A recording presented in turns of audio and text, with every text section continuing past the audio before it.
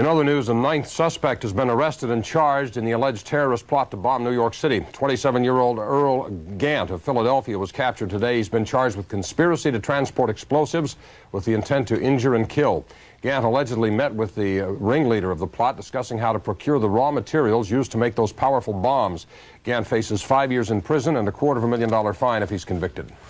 The Los Angeles Times reports the federal agents had documents that could have stopped the World Trade Center bombing if only they'd been translated from the Arabic. Meanwhile, 2 more suspects in the latest alleged plot to target New York had their day in court. Laura Fairworth has this story.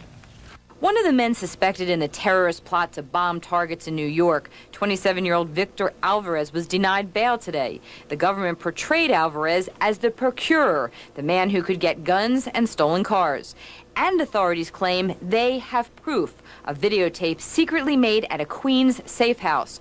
On it, they say Alvarez provides the group with an assault weapon and watches as his alleged co-conspirators mix up a fatal concoction. The government, unfortunately, is opposed to any bail being set for any of the clients in this case, and clearly, despite what they say in court, wants them all to be treated as equals and does not want to distinguish from any of these 8 or more people. Another defendant, also captured on tape, Mohammed Saleh, is still in custody. Authorities say instead of cash, the Yonkers gas station owner offered to kick in diesel fuel, an ingredient necessary to make this bomb.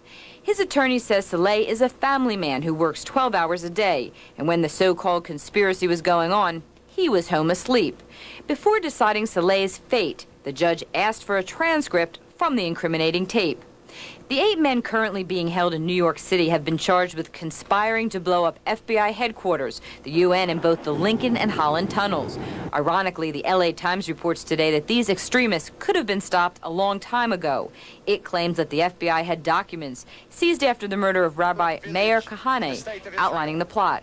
Only after the bombing of the World Trade Center, which killed 6 people, did the agency translate the papers, which were written in Arabic.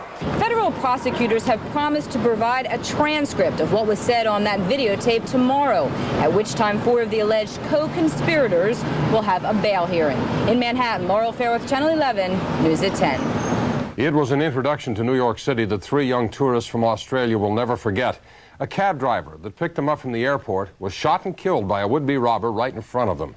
It happened shortly before 9 o'clock last night in the South Ozone Park section of Queens.